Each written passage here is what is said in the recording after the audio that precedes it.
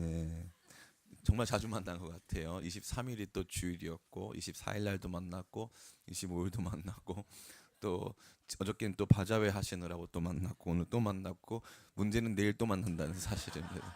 내일 밤에 또 만나고 그래서 이렇게 집중적으로 이렇게 우리가 만나게 되는 것도 저희가 이렇게 날짜를 의도한 것은 아니니까요. 하나님의 뜻과 계획과 섭리가 있는 줄 믿습니다. 다시 한번 같이 고백해 봤으면 좋겠습니다. 은혜를 받은 자여 평안할지어다. 예, 우리가 2018년도를 이 구호와 함께 시작했습니다. 주의 은혜를 선포하며 지난 2018년을 시작했는데 이제 2018년 마지막 주일 오전 예배가 되었습니다. 여러분 올 한해 또 여러분의 삶 가운데 은혜가 넘치셨는 줄 믿습니다. 이러한 주님의 놀라우신 은혜가 우리를 자유케 하시는 주님의 놀라우신 역사가 여러분의 삶에 이제로부터 영원까지 지속적으로 일어나기를 간절히 축원합니다. 하나님 말씀 같이 짧게 보겠습니다. 기독교는 많은 적대자라 할 수 있는 이단들을 보유하고 있습니다. 명품의 가치가 높을수록 가짜 상품, 즉 짝퉁이 많이 제작되는 것과 같이 기독교 신앙의 가치가 너무나 탁월하기에 많은 이단들이 우리 가운데 있는 것으로 우리는 이해할 수 있습니다. 그러한 이단들 중 최근 20년 사이에 두각을 나타내고 있는 것은 바로 신천지입니다. 신천지가 일반 성도들을 현혹하면서 사용하는 말씀 중에는 비유가 아주 많이 있습니다. 이러한 비유의 말씀들 중에 그들이 가장 좋아하는 말씀은 바로 오늘 우리가 살펴보게 될 씨 뿌리는 자의 비유라 해도 과언이 아닙니다. 신천지 교육에도 단계가 있는데 처음에 이 씨 뿌리는 자의 비유를 출발로 해서 그 이후에 모든 비유를 풀어주기 때문에 이 씨 뿌리는 자의 비유가 신천지로 넘어가는 사람들이 가장 쉽게 현혹되는 말씀이고 그들이 가장 먼저 이용하는 말씀이라 할 수 있습니다. 왜 이 비유가 사람들을 신천지로 이끄는 데 이용이 될까요? 그것은 이 비유 안에 담겨 있는 어려운 말처럼 들리지만 이원론 때문입니다. 흙과 백처럼 서로 완전히 조화될 수 없는 두 개의 서로 다른 집단이 존재하고 있다는 것이죠. 이것이 이들의 출발점입니다. 그래서 이들은 언제나 기성세대, 다시 말해서 이 말씀을 깨닫지 못하는 기성교회와 이 말씀을 깨닫고 있는 신천지인들이 있다는 구조를 설명하기 위하여서 이 비유를 사용하는 것입니다.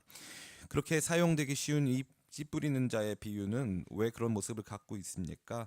여기 보니까 무리가 있고 제자들이 있어요. 무리들은 예수님에게 비유만 듣습니다. 제자들은 뭐까지 들어요? 해석까지 듣지요.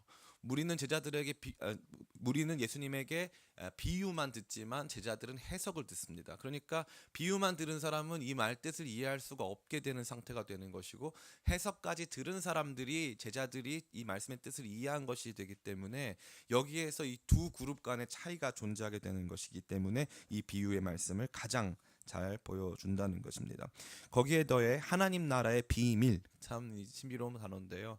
비밀, 이 너희에게 허락되었고 그들에게는 허락되지 않았다라고 하는 예수님의 명시적인 표현을 통해서 보다 공고히 이러한 비밀을 제대로 이해하는 것은 신천지인들이고 기성교회는 제대로 이해하지 못한다는 도식을 만들어서 저와 여러분들을 그 이후에 등장하는 모든 말씀도 다 신천지인들이 제대로 해석할 수 있고 기성교회는 해석할 수 없다는 방식으로 이해하게 만든다는 것입니다.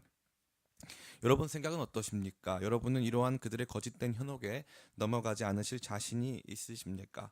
이 말씀이 과연 저와 여러분들이 오늘 지금 제가 말씀드린 것 같이 그런 의미로 쓰여서 한편으로는 완전히 이해할 수 없게 만드시고 한편으로는 이해할 수 있게 만드셔서 이해할 수 있는 그룹은 독특한 자기들만의 해석의 권위를 가지고 있기 때문에 그들만이 이 말씀의 주인이 될 수 있고 우리는 주인이 될 수 없다. 이러한 방식으로 여러분 혹시 이해하고 계시진 않으신지요?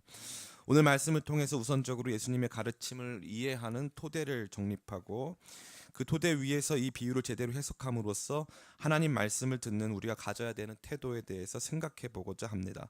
아무쪼록 여러분 모두가 이 비유의 말씀을 제대로 듣고 이해하며 지키어 인내로 결실함으로 하나님의 말씀의 씨가 열매 맺는 좋은 땅의 삶을 사시게 되기를 예수님의 이름으로 축원합니다. 아멘.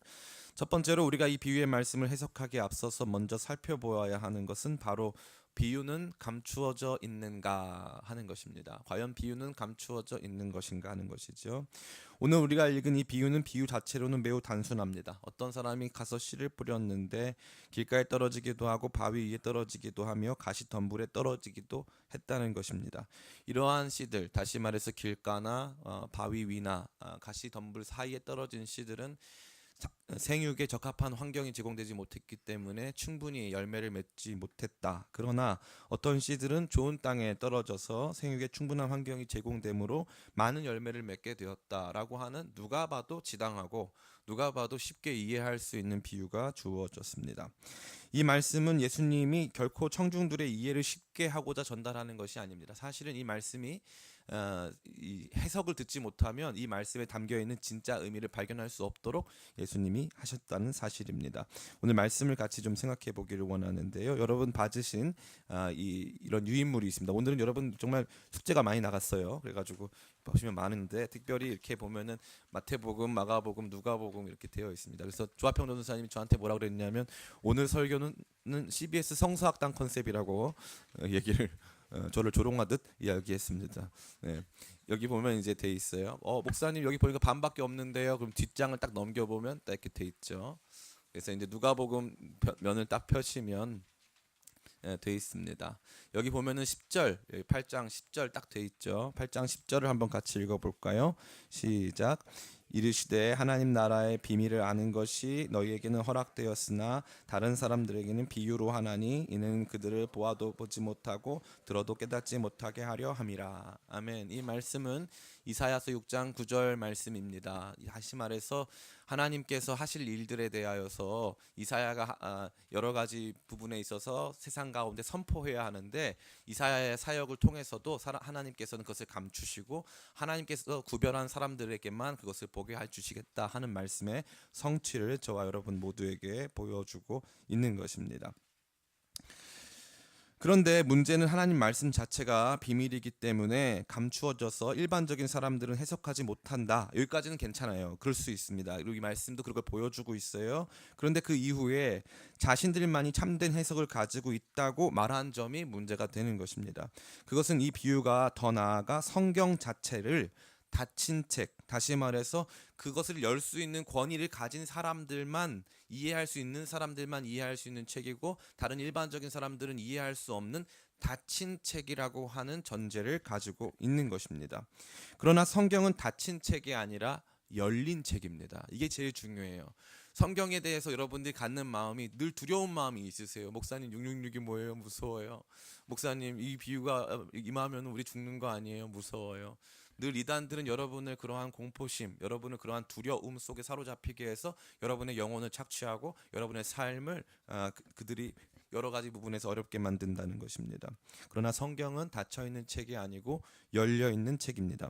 예수님을 잘 믿든 그렇지 않든 아예 종교가 다른 사람이라 할지라도 이 비유의 뜻을 이해할 수 있습니다. 왜 그럴까요? 예수님 당시에는 예수님이 해석해주지 않는 사람들은 이 비유의 뜻을 알 수 없었지만 우리는 무엇을 보고 있습니까? 예수님 여기 해석해 주시잖아요.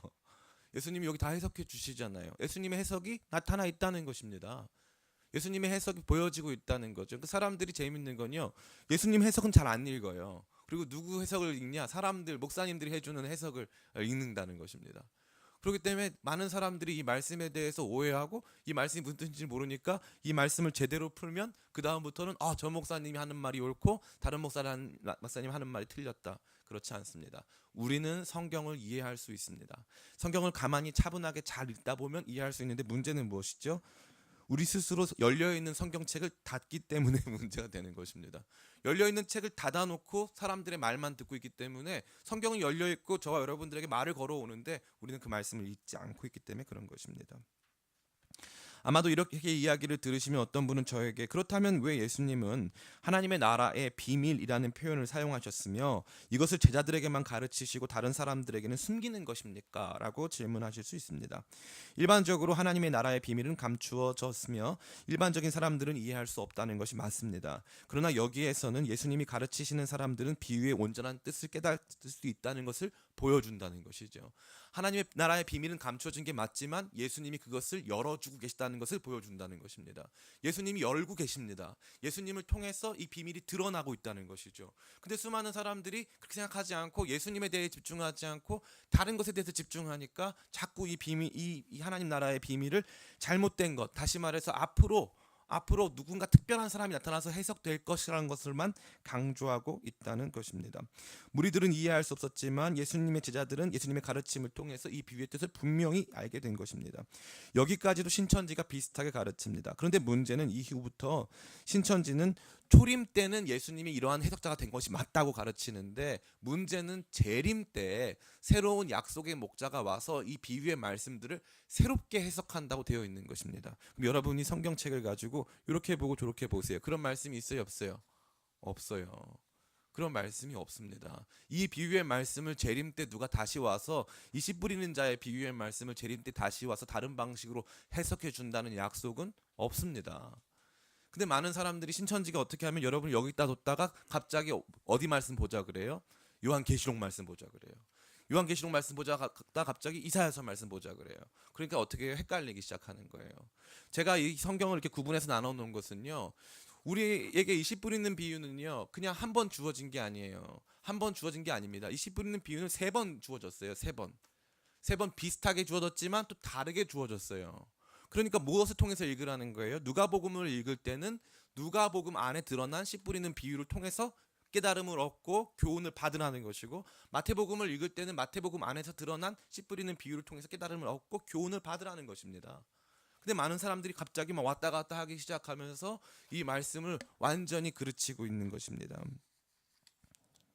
이 비유에서는 어디에서도 새로운 약속의 목자가 나타나서 이 말씀을 다시 해석해 주실 것이라고 하는 예언은 존재하지 않는 것입니다. 또 어떤 분들은 이런 얘기를 합니다. 여기 등장하는 씨가 목사님 뭐예요? 등장하는 씨, 여러분 등장하는 이 씨가 뭘까요? 예, 뭐라고 돼 있죠? 말씀이라고 돼 있잖아요. 여기 등장하는 씨는 그냥 말씀인 거예요. 어떤 분들은 이야기합니다. 목사님 이사야서 6장 13절에 보니까 거룩한 씨가 그 땅에 그루터기니라. 그러면 그것이 거룩한 씨가 아니겠습니까? 여기 보면요, 여기 이 씨는 씨들로 돼 있고 거기 있는 씨는 씨가 하나예요. 거룩한 씨 하나. 한국 사람들은 이 단수와 복수의 구분이 별로 되게 중요하게 여기지 않지만 이 당시에 히브리인들이나 또 이 헬라인들은 다 이 단수 복수를 명확하게 구분해서 사용합니다. 그렇기 때문에 거룩한 씨는 바로 예수 그리스도 한 분을 가르치는 것이고, 여기서 말하는 씨는 그냥 하나님 말씀으로만 이해하면 끝나는 건데, 많은 사람들이 여기 있는 씨는 뭐 잘못된 씨다, 여기 있는 씨는 뭐 겨자씨다, 전혀 그렇게 이해하실 필요가 없습니다. 제가 이 말씀을 왜 드릴까요? 목사님 저희 다 알아요. 예, 그런데 신천지는 벌써 20만 명이 넘었죠. 저희 다 안다는 사람들이 20만 명이 모였습니다. 수많은 사람들은 또 재밌는 건 뭐냐면요, 신천지 사람들 만나는 거 두려워해요. 왜냐하면 이길 자신이 없으니까. 왜 그럴까요? 이런 말씀 제대로 안 듣고 그냥 이건 목사님이 다 알아서 이겨주실 거야, 우리는 그냥 뒤에 숨으면 돼, 이런 마음이 있다 보니까 이 말씀들을 제대로 알고 이해하는 것들을 두려워하고 이 말씀에 대한 확신을 갖고 있지 못하다는 것입니다. 그렇다면 우리는 이 말씀을 어떻게 이해합니까? 이 말씀을 가장 잘 이해하는 방법은 문법적으로 이해하는 것입니다. 차근차근 읽어가면서 예수님이 해석해 주는 대로 이해하면 그냥 끝나는 것이죠. 그렇게 이해하면 아무 문제가 없습니다. 근데 많은 사람들이 여기다가 영적인 해석을 갖다 붙입니다. 가만히 봤더니 나는 이 길가밭 같아. 가만히 봤더니 나는 바위 같아. 가만히 봤더니 난 가시떨기 같아.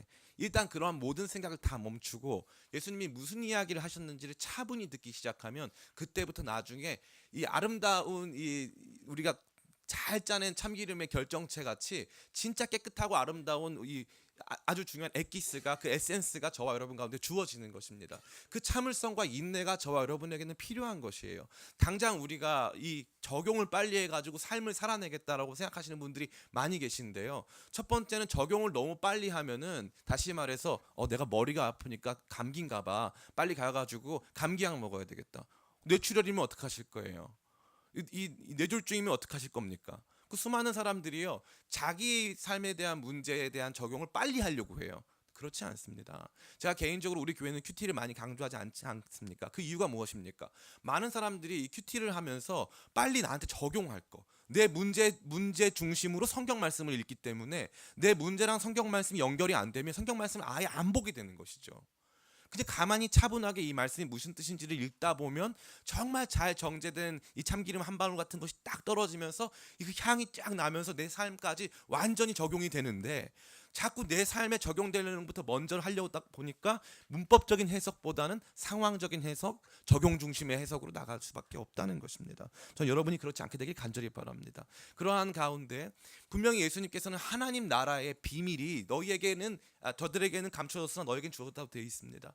그럼 이런 비밀들, 여기 보면 그냥 우리는 비밀이라고 적혀 있는데 헬라어로 보면 비밀들로 되어 있거든요. 이 비밀들은 저와 여러분들이 많이 들어본 헬라어예요. 그 비밀들이 뭐냐, 미스테리온. 무슨 뜻입니까? 미스테리라는 거죠. 미스테리. 헬라어 미스테리. 그게 영어로 미스테리까지 온 거예요. 하나님 나라의 미스테리. 하나님 나라의 미스테리들이 너희에게는, 저들에게는 감춰졌지만 너희들에게는 보여졌다. 그러면 하나님 나라의 궁극적 미스테리, 하나님 나라의 바로 그 미스테리, 바로 그 비밀은 무엇일까요? 골로새서 1장 26절부터 27절까지의 말씀입니다. 같이 한번 읽어봤으면 좋겠습니다. 시작. 이 비밀은 만세와 만대로부터 하나님이 그들로 하여금 이 비밀의 영광이 이방인 가운데 얼마나 풍성한지를 알게 하려 하심이라. 이 비밀은 너희 안에 계신 그리스도이시니 곧 영광의 소망이니라. 아멘. 비밀은 뭡니까? 예수 그리스도가 비밀이에요. 예수 그리스도. 예수 그리스도를 아는 것이 우리가 봐야 하는 비밀의 궁극적 지점이라는 것입니다. 그러니까 자꾸 하나의 말씀에 집중해서 그 말씀이 이 한 구절 한 구절 때문에 일희일비할 필요가 있다 없다? 없다는 것이에요. 예수님이 우리가 궁극적으로 알아야 할 비밀의 중심이죠. 예수님에 대해서는 무관심한 채 한 구절 한 구절에 대해서 너무 많이 알려다 보니까 어떤 일이 발생합니까? 이 말씀은 여기랑 연결된 것 같아, 저 말씀은 저기랑 연결된 것 같아. 중심을 잃게 되는 것입니다. 중심을 잃게 되는 것입니다. 제가 예전에도 드린 예화인데요. 저는 글씨를 세상에서 제일 못 씁니다. 아마 저가 제일 못 쓰는 것 같아요. 글씨를 못 쓰는데, 이 글씨를 못 쓰는 사람들의 특징은 뭐냐면은 어렸을 때 국어 시간에 이렇게 따라 쓰라고 분명히 이 점선으로 다 표시된 글자들이 있어요. 그걸 안 따라 쓰는 사람들, 내 마음대로 기억을 내 마음대로 해석하고 니은은 내 마음대로 해석했어요. 그런 사람들은 글씨를 잘 못 씁니다. 근데 가만히 보면요, 그것을 처음에는 그 모양대로 잘 따라한 사람들은 나중에 글씨를 잘 쓰게 되는 것이죠. 신앙생활도 마찬가지예요. 예수님이라고 하는 밑그림이 쫙 주어졌는데 예수님을 안 따라 쓴 거예요. 그러니까 나중에 어떻게 돼요? 우리 신앙이 삐뚤빼뚤해지는 것입니다. 우리가 바라봐야 되는 이 비밀은요, 예수님께서 지금 다 풀어주셨고요, 뿐만 아니라 그 이후에 우리가 궁극적으로 이해하고 깨달아야 하는 비밀은 예수 그리스도 자신이 되는 것입니다. 그렇기 때문에 여러분들이 이 본문의 말씀을 읽을 때도 가만히 보니까 예수님이 다 해석해 주시네. 예수님이 하늘에 감춰졌던 비밀을 제자들에게 해석해 주시네. 그럼 그 예수님한테 들으면 비밀을 들을 수 있다 없다? 들을 수 있다. 그 비밀 깨달을 수 있다 없다? 깨달을 수 있다 하는 것이 이 본문에 가장 중요하게 드러난 내용이 된다는 것입니다. 예수님은 감춰졌던 것을 드러내 주시는 분이십니다. 예수님을 알고 만나고 체험하면 그분을 통해서 하늘의 비밀들을 깨닫게 된다는 것입니다. 두 번째, 그렇다면 그렇게 그 토대 위에서 예수님을 중심으로 해서 이 비유의 말씀을 이해하게 되는 가운데 이 비유의 강조점이 어디에 있는가 하는 것입니다. 누가복음에서의 강조점이 다르고 마태복음에서의 강조점이 다르고 마가복음에서의 강조점이 다릅니다. 그러니까 3번 등장하는 거예요. 그럼 신천지는 뭐만 사용할까요? 신천지는 마태복음만 사용합니다. 마태복음 씨 뿌리는 자의 비유만 사용합니다.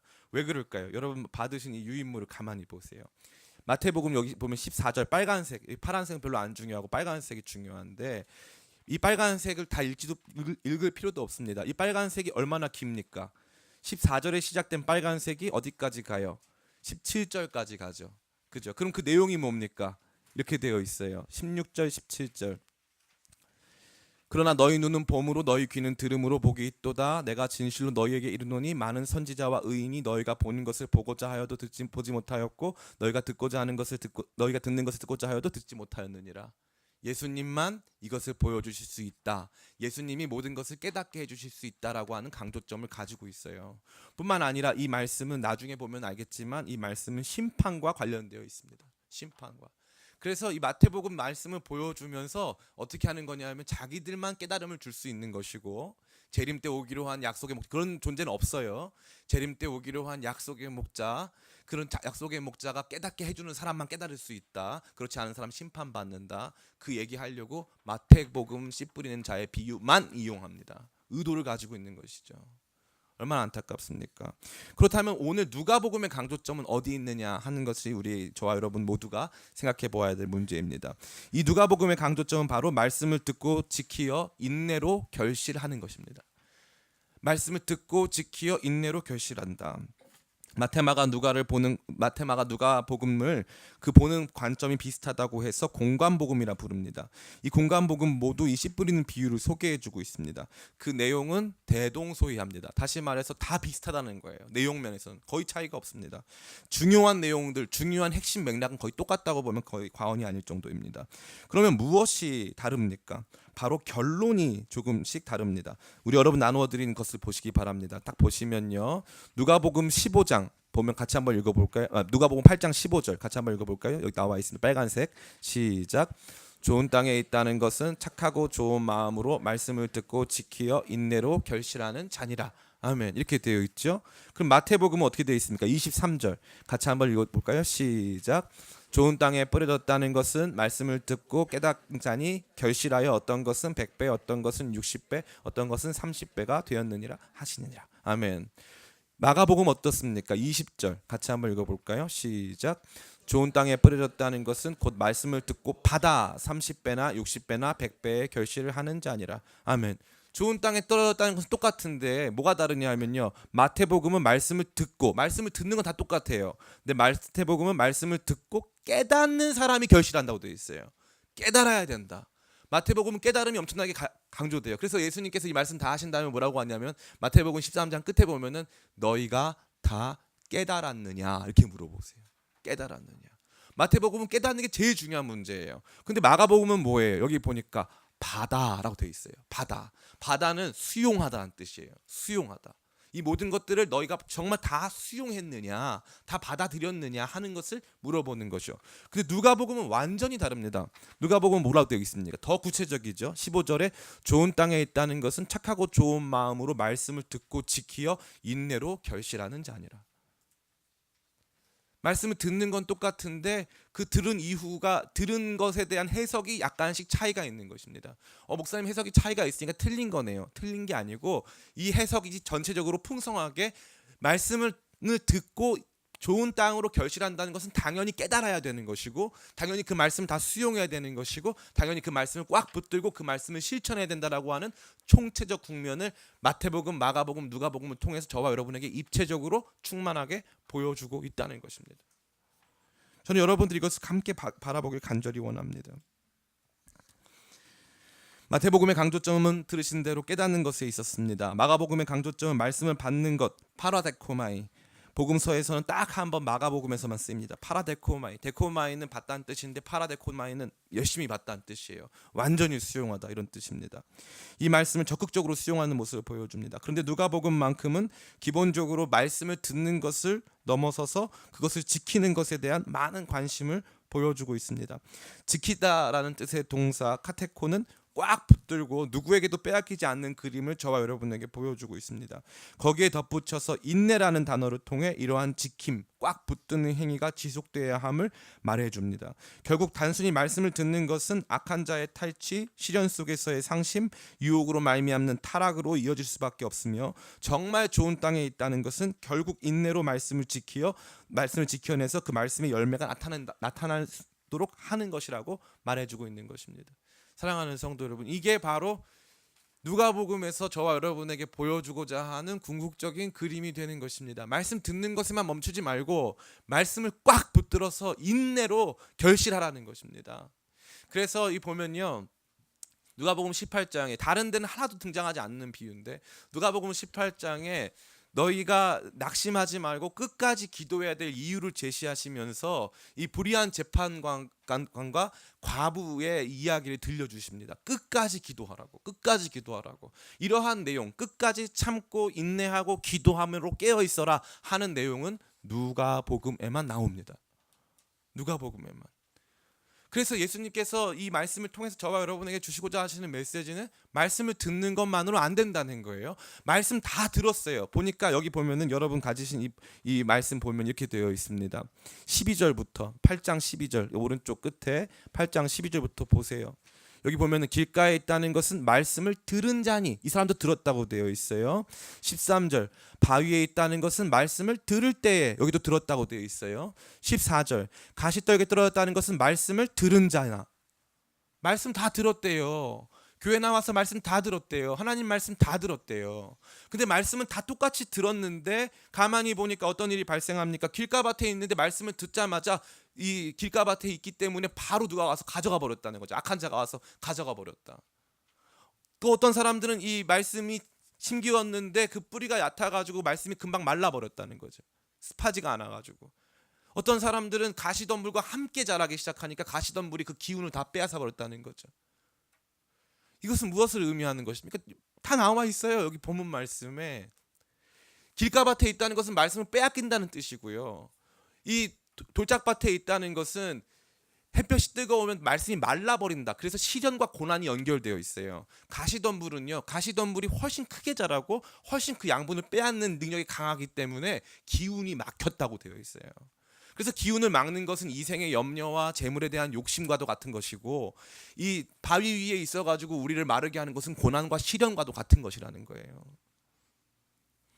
여기에 우리 보고 지키라고 한 건 뭐 있어요? 너네 절대 길가밭에 가지 말라고 돼 있어요? 안 돼 있어요. 그런 말씀 없어요.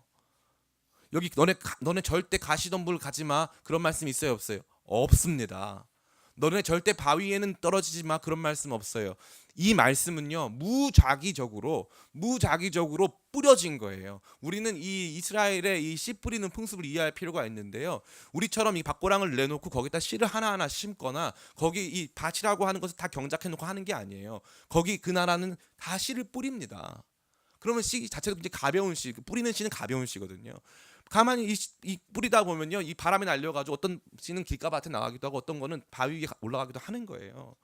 그런데 우리 생각은 어떻습니까? 나는 길가밭인가? 나는 바위 위인가? 나는 이 가시덤불이 있는가? 그러한 정도의 수준에서 이해하는 것도 나쁘지는 않습니다. 그러나 궁극적으로 주님께서 주시고자 하는 것은 무엇입니까? 궁극적으로 보여주는 그림은요, 좋은 땅에 떨어진 것이 무엇이냐 하는 것이에요. 좋은 땅에 떨어진 것. 좋은 땅에 떨어졌다는 거예요. 그것은 뭐예요? 말씀을 듣고 인내로 지켜낸다는 것입니다. 인내가 강조되어 있어요. 인내가. 지켜낸다, 꽉 붙든다. 인내 엄청나게 강조되어 있습니다. 인내라는 명사는요, 다른 복음서에선 등장도 안 해요. 누가복음에서만 3번 등장합니다. 사랑하는 성도 여러분, 이것이 저와 여러분에게 말씀을 들을 때 우리가 어떠한 태도를 취해야 하는가를 강하게 보여주고 있는 것입니다. 어떠한 태도를 취해야 합니까? 말씀을 들을 때 그 말씀을 꽉 붙드는 태도가 필요한 거예요. 그 말씀을 꽉 붙들어야 돼요. 이요한 목사 말씀 들을 때 꽉 붙들라는 뜻이 아닙니다.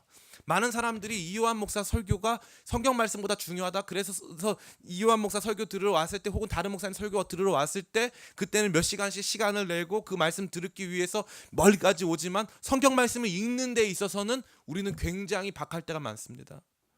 성경 말씀을 진짜 붙잡고 그 말씀을 꽉 붙잡고 놓치지 않겠다라고 하는 의지를 가지고 그 말씀을 인내로 무슨 상황과 어려움이 온다 할지라도 꽉 붙들어낸 것, 그것이 저와 여러분이 좋은 땅에 있다라고 하는 증거라는 것입니다. 내 믿음이 진짜인가 아닌가는 내 믿음에 참된 인내가 있는가 없는가가 그것이 저와 여러분의 땅이 무엇인가를 보여준다는 것이죠. 말씀을 들었는데 자꾸 와가지고 이 원수가 와서 가로채 갑니다. 말씀을 들었는데 너무 내가 믿음의 뿌리 약해가지고 조금만 시련이 다가와도 교회 안 나오고, 말씀을 듣고 나서도 이 조금만 어려움이 닥쳐오면 하나님 안 계신가 보다 하면서 도망가는 사람들이 너무나도 많습니다. 말씀을 들었는데 이 세상이 너무 좋은 거예요. 세상이 너무 좋아서 세상 것에 사로잡혀가지고 말씀이 전혀 열매를 맺지 못하는 사람들도 많이 있습니다. 이것은 한 부류가 아니고 이러한 모습을 하나로 통째로 가지고 있는 사람들도 있어요. 그건 무슨 말입니까? 결국 우리가 좋은 땅에 있다는 것을 보여주는 내용은 끝까지 이 말씀을 붙들고 지키고 있느냐. 우리는 이 자꾸 지키다라는 것 할 때 이 법적인 생각을 많이 해요. 그래서 법을 준수한다. 그러니까 행동으로 이것을 다 지켜내야만 한다라고 생각할 때가 많이 있습니다. 물론 그것들이 뒤에 나옵니다. 그러나 그럼에도 불구하고 여기서 나오는 첫 번째 지키다라는 것은 꽉 붙드는 거예요. 말씀을 꽉 붙드는 거예요. 이게 맞다고 꽉 붙드는 거예요. 사람들이 와서 목사님들이 와가지고 어떤 목사님들은 동성애 괜찮다 그런 얘기해요. 실제로 그럴 수 있다. 그러면 그 목사님의 말씀을 들어야 돼요? 아니면 성경 말씀을 통해서 다시 검증해 봐야 돼요? 검증해 봐야 돼요. 성경 말씀을 통해서 다시 한번 검증해 봐야 돼요. 누가 어떤 목사님이 와서 A라고 말하면 말씀이 과연 그러한가 하고 날마다 상고함으로 믿는 사람이 더욱 많아졌다는 베레아 교회처럼 저와 여러분들도 이 말씀이 과연 그런가에 대해서 끊임없이 씨름하면서 이 말씀을 강하게 붙잡는 저와 여러분들에게 간절히 바랍니다. 제가 가만히 보니까 교회는 이 말씀파 영파가 나누어졌어요. 누가 나눈 건 아닌데 교회는 참 파가 많은데 그래도 말씀파 영파가 있어요. 말씀파는 이 영파를 무시하고 영파는 말씀파를 무시해요. 말씀파는 주로 알고 깨닫는 거에 관심이 많고 영파는 주로 느끼는 거에 관심이 많아요. 근데 사람이 알고만 있고 살 수도 없고 늘 느낌으로만 살 수도 없지 않겠습니까? 이 두 가지가 잘 균형을 이루어야 되는 거거든요. 근데 문제는 뭐냐면요. 말씀파 영파 좋다 이겁니다. 그런데 말씀이 없으면 영파도 무너져요. 말씀이 없으면 말씀파만 무너지는 게 아니에요. 말씀이 없으면 영파도 무너져요. 말씀이 없으면요 그냥 무너지는 게 아니고요 처참하게 무너집니다. 처참하게. 교회가요 어떤 사람들이 이 목사님 쫓아가가지고 교회 세우잖아요. 그러면 그 목사님 말씀 좋아서 따라간 교회는요 그 목사님이 무너지는 순간 교회가 무너져 버려요. 교회가 무너져 버립니다. 하나님 말씀 위에 서면요 목사님 바뀌어도 교회는 안 무너져요. 근데 하나님 말씀이 아니라 자꾸 좋은 목사님의 재밌는 설교, 저도 재밌지만 그런 재밌는 설교, 목사님의 인격 이런 걸로만 자꾸 하다 보면요 우리 금방 무너집니다. 저는 기쁨의 교회 무너지지 않는 교회들이 간절히 바랍니다. 말씀 위에 털을 닫고 이 말씀이 과연 그러한가 하고 이 말씀을 꽉 붙잡고 인내로 무슨 상황에 어려움이 있다 할지라도 말씀이 옳다. 이 말씀이 옳으니까 우리는 이 말씀의 뜻을 바르게 이해하고 이 말씀을 붙잡아야 된다라는 어떤 그러한 강력한 이 마음의 열정을 가지고 나가야 되는데 많은 성도님들이 그렇게 못한다는 것이죠. 그래서 무너지고 넘어진다는 거예요. 이게 정확하게 반대의 그림 아니겠습니까? 조금만 문제가 생기면 사탄이 와가지고 가져가 버릴 수 있는 그러한 모습 속에 내어 있든가, 아니면 조금만 이 시련이 다가오면 아무것도 이 뿌리를 내릴 수가 없는 그러한 믿음 속에 있든가, 아니면 세상 염려와 재리 속에 완전히 사로잡혀가지고 그거 없으면 못 사는 사람처럼 좋은 차, 좋은 집, 좋은 옷, 좋은 음식, 제가 좋은 음식에서 많이 회개했어요. 좋은 음식 이런 거 없으면 못 사는 사람인 것처럼. 예. 그런데 결국 우리의 믿음이 진짜라는 건 언제 나타난다? 그 믿음이 진짜라는 건 우리 안에서 이 말씀을 꽉 붙들고 있는데 말씀이 내 안에서 계속적으로 역사하면서 조금씩 나를 바꾸어가면서 열매 맺기 시작한다. 그걸 물어보시는 거예요. 그래서 이 세 번째가 등장하는 거예요. 세 번째는 뭡니까? 우리가 어떤 땅에 속한 사람이라는 것이 반드시 드러나게 될 거라는 거예요. 이 뒤에 말씀 같이 한번 읽어봤으면 좋겠습니다. 누가복음 8장 우리 16절부터 18절까지입니다. 같이 한번 읽어볼까요? 16절부터 18절까지. 뒤에 거기 안 나와 있고 여기 화면에 준비되어 있습니다. 16절부터 18절 같이 한번 읽어보겠습니다. 시작. 누구든지 등불을 켜서 그릇으로 덮거나 평상 아래 두지 아니하고 등경 위에 두나니 이는 들어가는 자들로 그 빛을 보게 하려 함이라. 숨은 것이 장차 드러나지 아니할 것이 없고 감추인 것이 장차 알려지지 않을 것이 없느니라. 그러므로 너희가 어떻게 들을까 스스로 삼가라. 누구든지 있는 자는 받겠고 없는 자는 그 있는 줄로 아는 것까지도 빼앗기리라 하시니라. 아멘.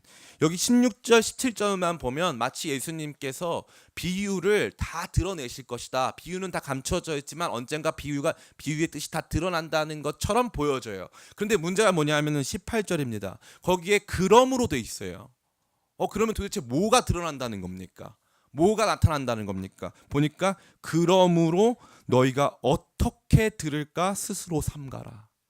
어떻게 들을까 스스로 삼가라. 어떻게 듣는다는 건 뭐예요? 듣고 인내하여 듣고 지키어 인내로 결실할 것인가 아닌가 그것에 대해서 스스로 유의하라 라는 뜻입니다. 어떻게 들을 것인가? 대충 귀로만 들을 것인가? 그냥 듣는 사람, 그냥 듣는 거 길가밭 되고 바위밭 되고 그냥 듣는 거 이 가시덤불 속에 들어가는 거 똑같다. 다 똑같이 들은 사람들이다. 그러나 그것을 어떻게 듣느냐에 따라서 결국 우리가 어떠한 밭인가가 반드시 드러날 수밖에 없다는 것을 예수님께서 말씀하신 것입니다. 그 이후에 이 말씀을 하고 계신 가운데 예수님의 가족들이 등장합니다. 19절부터 21절 같이 한번 읽어볼까요? 시작. 예수의 어머니와 그 동생들이 왔으나 무리로 인하여 가까이 하지 못하니 어떤 이가 알리되 당신의 어머니와 동생들이 당신을 보려고 밖에 서 있나이다. 예수께서 대답하여 이르시되 내 어머니와 내 동생들은 곧 하나님의 말씀을 듣고 행하는 이 사람들이라 하시니라. 아멘. 예수님 뭐라고 말씀하세요? 예수님의 가족들은요, 예수님과의 이 가족이라고 하는 이 타이틀 때문에 사람들이 보기에는 예수님 가족이니까 중요한 사람이고 이 사람들이 예수님하고 우리보다 더 가까울 것이다. 예수님 가족이니까. 그런데 아니라는 거예요. 예수님 아니라는 거예요. 감추어진 것이 드러난 거죠. 예수님 이 가족들은 나랑 가까운 사람 아니라는 거죠. 그럼 누가 내 진짜 가족입니까? 하나님 말씀 듣고 지키고 행하는 바로 이 사람들이 내 진짜 가족이다. 여기까지가 한 통이에요. 그렇기 때문에 우리가 이걸 한 통으로 안 읽기 시작하면은 다 혼란스러울 수밖에 없는 것이고, 한 통으로 안 읽기 시작하면 이 메시지가 굉장히 얕아집니다. 굉장히 얕아져요. 이 모든 것이 한 통으로 구성되어 있습니다. 그래서 어떻게 되어 있습니까? 여기 보면은 21절 다음에 22절부터는 하루는 해가지고 이것들이 끊어지는 것이 보여지는 거죠. 그리고 재미있는 것은 어디입니까? 18절에 보니까 이렇게 되어 있어요. 그 있는 줄로 아는 것까지도 빼앗기리라 하시니라. 빼앗기리라 어디 등장했습니까? 여기 보면 12절에 길가에 있다는 것은 말씀을 들은 자니 이에 마귀가 가서 그들이 믿어 구원을 얻지 못하게 하려고 말씀을 그 마음에서 빼앗는 것이요. 그냥 단순히 들으면 빼앗긴다는 거예요. 그냥 들으면 빼앗긴다. 그러니까 너 어떻게 들을 것인지를 결정해라. 어떻게 들을 것인지에 대해서 생각해봐라. 그러면 진짜 좋은 땅은 뭐예요? 들을 때부터 이 말씀 내가 꼭 붙들고 지켜서 인내로 결실해야지 마음 먹고 이 말씀 가운데 꽉 사로잡혀서 이 말씀을 붙들고 인내로 지켜내는 사람, 그 사람이 진짜 좋은 땅이다 하는 것을 예수님께서 보여주신 것입니다. 그러한 사람은 반드시 드러날 수밖에 없는 것입니다. 이제 말씀을 마칩니다. 사랑하는 성도 여러분, 저는 여러분에게 첫 번째로 신천지가 비유에 대한 강한 권위를 가지고 있다고 말하는데 그것은 옳지 않음을 말씀드렸습니다. 이 비유의 뜻은, 이 비유는 성경은 결코 닫힌 책이 아니기 때문에 비유는 성경 말씀 안에서 해석해야 된다고 말씀드렸습니다. 성경 말씀 안에서 해석할 때 1차적으로는 문맥이 먼저입니다. 다시 말해서 누가복음이면 누가복음 문맥 안에 그 뜻이 다 나와 있는 것입니다. 여러분, 그 누가 와서 여러분에게 이 비유의 뜻을 설명해 준다고 해서 다른 말씀을 갖다가 붙이거나 하시면 여러분 그것을 거부하시길 간절히 바랍니다. 1차적으로는 무조건 이 본문의 문맥 속에서 이것을 이해해야 한다는 것이죠. 그러한 상황 속에서 오늘 이 누가복음이 저와 여러분에게 보여주는 것은, 결론적으로 제시하는 것은 어떻게 들을 것인가 하는 것입니다. 어떻게 들을 것인가. 우리는 어떻게 들을 것인가. 단순히 씨가 어디에 뿌려졌는가에 관심 갖지 마시고 어떻게 들을 것인가. 우리는 듣고 말씀을 지키고 인내로 결실하는 사람이 될 것인가, 듣고 많은 사람이 될 것인가. 저와 여러분 모두에게 강하게 말해주고 있습니다. 그리고 뭐라고 말합니까? 그것이 반드시 드러나게 될 것입니다. 예수님의 가족들은 좋은 사람들인 줄 알았고, 예수님의 가족들은 우리보다 예수님과 가까운 사람인 줄 알았는데 그들은 예수님과 가까운 사람들이 아니었습니다. 오히려 이 말씀을 제대로 들은 사람, 이 말씀을 듣고 지키고 행하는 바로 그 사람들이 예수님의 참된 가족이었음을 드러나는 것입니다. 교회를 10년 다니고 20년 다니고 30년 다니고 40년 다녀도 우리 안에 열매가 안 생기고 우리 안에 변화가 안 생기고 우리 안에 이 놀라운 역사가 생기지 않는 중요한 이유는 무엇입니까? 말씀을 들었는데 들은 건 다 똑같이 들었어요. 다 그 자리에 있었습니다. 근데 어떤 사람은 말씀을 듣고 지키고 인내로 결실했습니다. 어떤 사람은 말씀에 대하여서 그냥 한 귀로 듣고 한 귀로 흘렸습니다. 말씀을 방치했습니다. 그러한 가운데 반드시 이 모든 모습이 드러나게 될 것입니다. 누가 예수 그리스도의 참된 가족인지 어느 순간에 반드시 드러나게 될 것이라는 것입니다. 이 말씀을 무겁게 들으시는 저와 여러분들이 간절히 바랍니다. 말씀을 듣고 인내로 지키겠다, 끝까지 이 말씀 붙들겠다 하는 거룩한 다짐이 저와 여러분 가운데 새로워지시기를 예수님의 이름으로 축원합니다. 제가 기도하겠습니다.